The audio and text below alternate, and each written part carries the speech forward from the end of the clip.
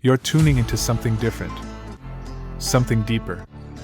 Welcome to a space where the unseen becomes seen, where the patterns beneath reality are decoded.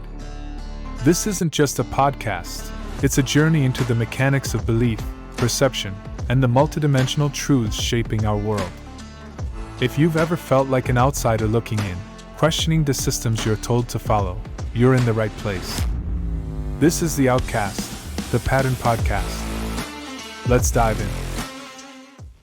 Welcome to the deep dive. Today we're really focusing on this idea. The source we're using for this is, it's quite something. Mária Szepes' novel, The Red Lion, The Elixir of Eternal Life, and some commentary around it. Yeah, it's much more than just a story, isn't it? Especially considering when it was written in World War II, that context adds quite a layer. It really does, and the commentary helps frame it. It's presented less as just fiction and more as this deep dive into life's patterns. Exactly. Patterns of transformation, patterns of understanding. So our mission, if you like, for this deep dive is to kind of unpack those key patterns from the text. What are they showing us? And crucially, how does the text itself act as a guide for understanding them and maybe understanding ourselves, too? That's a great way to put it. Letting the structure and the story guide our interpretation. Okay, so where do we start? What's the most obvious pattern jumping out? Well, right away, you have Hans Bergner. His journey. Multiple lifetimes. It's this constant cycle of death and rebirth. Ah, yes. That recurring theme. And it ties into alchemy, right? That phrase. Solve coagula. That's the one. Dissolve and coagulate. How does Hans's story sort of embody that? Okay, so solve coagula, it's basically about breaking down and rebuilding. Think of it like this. Each life Hans lives, especially the tough ones with loss and suffering, that's the solve part. A dissolution. Exactly. Things fall apart. His old self, his old understanding, it gets dissolved. Yeah. But then through those experiences, sometimes he gains these moments of spiritual insight, little sparks. And that's the coagula, the rebuilding. Sort of. It's the potential for rebuilding, for coagulating into something new, hopefully more refined, in the next life. The commentary really stresses that embracing the tough stuff, the suffering, is actually what drives the transformation. It's not about avoiding it. Right. So growth isn't neat. It's messy. It involves taking things apart first. You know, that makes me think about how we try to learn things. We often want knowledge fast, but also deeply, thoroughly. And this solve et coagula idea, it kind of suggests that sometimes to really get something, you have to let go of your old ideas first. That's a really interesting parallel. You have to sort of dissolve your assumptions before you can build a better understanding. It can be uncomfortable, though. Definitely. It mirrors that alchemical process in learning. New info challenges you. That's the dissolution. Then you grapple with it, integrate it, and hopefully you coagulate a richer perspective. Okay, so Hans lives again and again. But it's not just mindless repetition, is it? The text frames it as learning, maybe even redemption? Yes, very much so. The sheer variety of his lives is key. Nobility, poverty, wisdom, making terrible mistakes. He covers the whole spectrum. Pretty much. And each life offers different lessons, experiences he couldn't possibly get in just one go. The commentary points out this shows growth isn't linear. It's about enduring trials in different settings. And this variety, does it also comment on the whole immortality thing? Absolutely. It directly challenges what the book calls this misguided obsession with physical immortality. Why cling to one form when the real learning comes from experiencing many? Okay. So the commentary mentioned that focus on just physical permanence leads to spiritual stagnation, like you get stuck. Exactly. You missed the point, almost. So what's the novel's idea of real immortality, then? If it's not just living forever in one body, what should we take away, especially if they're seeking deeper understanding? Well, it seems the text is suggesting true immortality is more about achieving conscious awakening. Spiritual evolution. Not just endless time. Right. Those obsessed with just not dying physically might actually be trapped by their ego, their desires. They aren't transforming. The commentary implies real permanence is in the soul's growth, the wisdom gained through the cycles, including death. So it asks you to think about what you value, right? Wow. External stuff or inner development. Precisely, which leads nicely into the idea of alchemy being an inner process in the novel. Yeah, the commentary was clear on that. Hans gets the elixir, sure, physical immortality. But the real story is the soul's journey.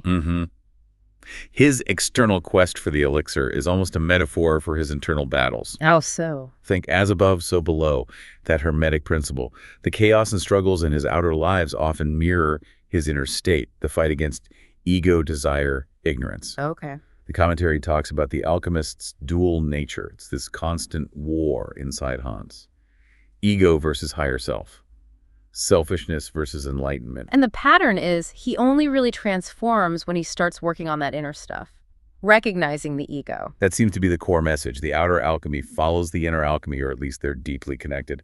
True transformation starts inside. But this immortality, living forever, it doesn't sound easy in the book. The commentary mentions a burden of immortality. Oh, definitely. It becomes incredibly isolating for Hans. Yeah. He has to live with the consequences of his actions, not just for one lifetime, but accumulating across centuries. Wow. So escaping death doesn't let you off the hook, morally or spiritually. Not at all. If anything, it amplifies the responsibility. Your actions echo for much, much longer. And how does he learn or grow through this? Does he get help? Sometimes. The commentary mentions initiation and knowledge transmission.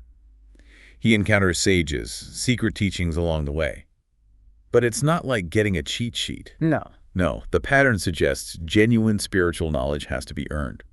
Through the trials, through developing self-mastery. It's not just given. That really resonates. You can read all the books in the world, but sometimes the knowledge only clicks when you're actually ready for it or have the experience to understand it. Exactly. It's like the information is there, but you need the inner framework, the context to really absorb it. Maybe that speaks to listeners who feel overwhelmed by information overload sometimes. The text is suggesting depth comes with readiness. I think that's a fair interpretation. And speaking of context, the novel weaves together actual European history with all these esoteric alchemical ideas. Right, suggesting the material world and the spiritual aren't separate. Yeah, they constantly interact. And then there's karma. Huge factor in Hans's journey. Oh yeah, the commentary really highlighted that. Actions in one life creating ripples in the next ones. He keeps bumping into echoes of his past lives, unresolved issues, karmic debts. It's this reiterative pattern, as the commentary calls it. Like cosmic accountability. Sort of. And the way out, the way to break free from these cycles isn't just escaping them. It's through understanding why they're happening, accepting responsibility, and acting with compassion to rectify things. Understanding and compassion. That seems to be the path to liberation shown in the text. Now, Hans experiences everything: wealth, poverty, power, being powerless. Is there a consistent lesson there about external circumstances? Absolutely. The commentary points out a very clear pattern. Material wealth and worldly power never bring Hans lasting peace or true spiritual growth. Never. Seems not. It's portrayed as an illusion, ultimately. Fleeting. So what does the text present as true wealth? Inner qualities. Liberation from attachment, wisdom, what the commentary calls spiritual sovereignty. Spiritual sovereignty, what's that exactly? It's like an inner freedom and mastery. Your peace doesn't depend on whether you're rich or poor, powerful or not. It comes from within. That's the real treasure, according to the novel's perspective. Okay, that makes sense. Let's talk symbols. The red lion itself, what does that represent? It's a major alchemical symbol. The commentary explains it represents the final stages of transformation, often achieved through intense trials like fire, leading to inner purification and enlightenment. It's not just a cool name for a book. Got it. And the Elixir of Eternal Life. We touched on this, but it's not just about living forever physically. No, that's the surface level. The deeper symbolism, as the commentary clarifies, points towards spiritual enlightenment, achieving a state of eternal awareness, not just endless biological function. So Hans's whole journey is about him shifting his focus from the outer obsession with the physical elixir to the inner quest. That shift seems to be the absolute key to understanding the whole thing. The text guides you towards seeing the elixir not as a substance, but as a state of being. Okay, so pulling all these threads together, what are the big philosophical takeaways here? How can we, use the wisdom from this text guided by its patterns?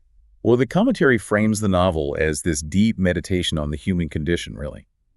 It shows the suffering that comes from chasing goals, like eternal physical life, without understanding the why. The deeper purpose. Exactly. It keeps hammering home that true immortality is about the soul's enlightenment.